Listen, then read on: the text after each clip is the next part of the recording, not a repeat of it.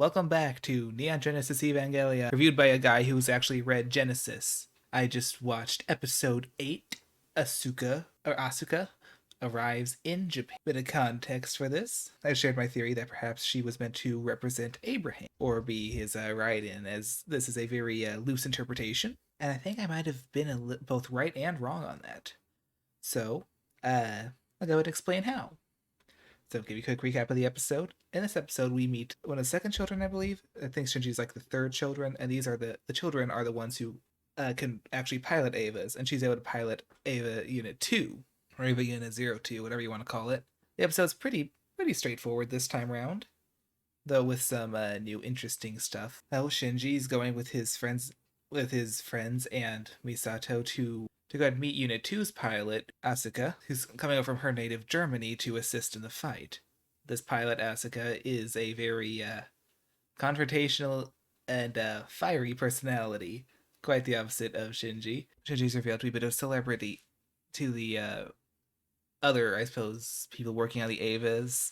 I'm not sure what specifically people they're talking about, but Kaji, the man that she's traveling with, explains this to be the case. Because apparently he had an incredible synchronization rate with his AV unit, far more than anyone else did, which is much to Asuka's frustration, as she's a competitive spirit. While being transported, they're attacked by an angel who seems to be searching for something. They assume, obviously enough, it's the Ava unit, and Asuka gets excited to go ahead and make use of hers, and she forces Shinji to come in with her to help her take down the beast and prove herself to be elite. And for a while, the battle seems to go okay. They do pretty competently, but then they get knocked into the water because they're being traveled. I should clarify, they're traveling by sea. This whole armada is sent to protect the Ava unit, and then the angel that's attacking proceeds to attempt to eat them inside the Ava unit because it's a particularly massive angel. Now, of course, like all AV units are connected to these cables to give them their power rather than being able to move on their own.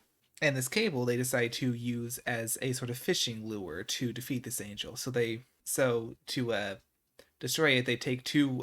They decide to ram two battleships, automate them to like fire into the angel. Well, whenever they're able to get its mouth open because they basically start seeing the ships and then prepare them to fire. They of course evacuate the whole crew, and Shinji and Asuka have to fight their way out of the thing's mouth to get it to swallow the battleship so they can then shoot its insides, killing it. While they're doing this, Kaji, the man traveling with Asuka, abandons her, and he heads off to Nerve headquarters. Shinji and Asuka are able to actually go to a level of synchronization together to force the Ava to open the mouth, allowing the battleships to get in and escaping with their lives.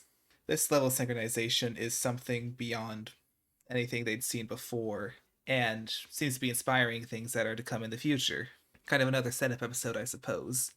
The episode ends with two little kind of stingers, I suppose. The man traveling with her delivers something that's to Shinji's father. This thing is called Adam, and it's supposedly the first human, and it's the thing the angel was really after. Meanwhile, Shinji's friends express their sympathies that he'll have to deal with Asuka at the Nerve headquarters, but are glad they don't have to deal with her in class, only for Asuka to immediately walk in and be like, no, suckers. And that's how the episode ends. Now, Asuka is one of those popular characters in this anime, so it was exciting to finally see her make her debut to the show. And I feel a little vindicated in my belief that she may be a representation of Abraham, especially this more excitable spirit. And I'll say this, I feel like instead of being Abraham, perhaps she's a small amalgamation of his traits, but she's got more of a fiery spirit like Esau did, or Cain did. And she also has some traits of Noah, arriving by sea, with a pilgrimage much like Noah's, where she's settling into one place, Tokyo 3, instead of traveling many places before finding the land that she is to live in, like Abraham did. So it seems I was a little off base with that, but there could be some more Abrahamic theming for her in the future. This also seems to be a clear setup for further on, perhaps the unification themes. Perhaps this is an Abraham and Lot situation where Shinji also has a lot amalgamated into his personality. Meanwhile, Asuka has the more Abrahamic traditions, of course, with her more driven nature, not too dissimilar to Abraham himself, who, Home Slice was in his 80s. It's like, okay, I guess I'll just start a whole nation. Sure, God. All right, I'm down for it.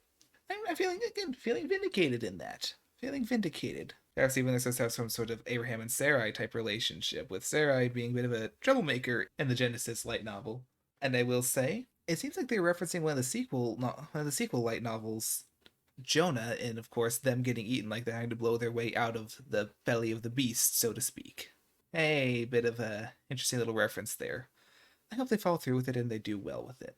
As for other themes, of course, you have Adam, which has been like actually been mentioned, like they've shown, like they've screened the name Adam multiple times in the theme song. Well, in the theme song every single time, and I've seen it many times because I've always watched the theme whenever I'm watching the episode.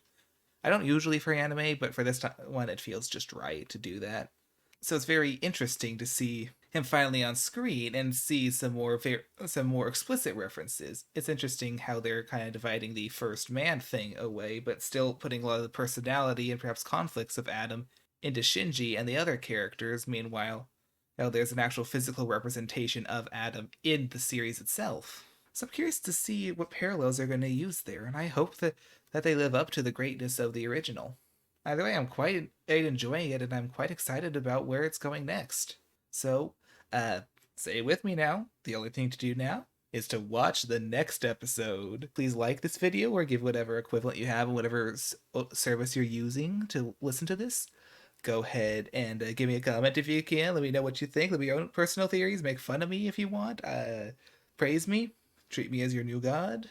Cut, subscribe, or follow, whatever it is. Go ahead and do that so that you can catch the next one of these. Yeah, that's about it for me. So, this is G friggin' W, wishing you good night, good day, and good friggin' bye.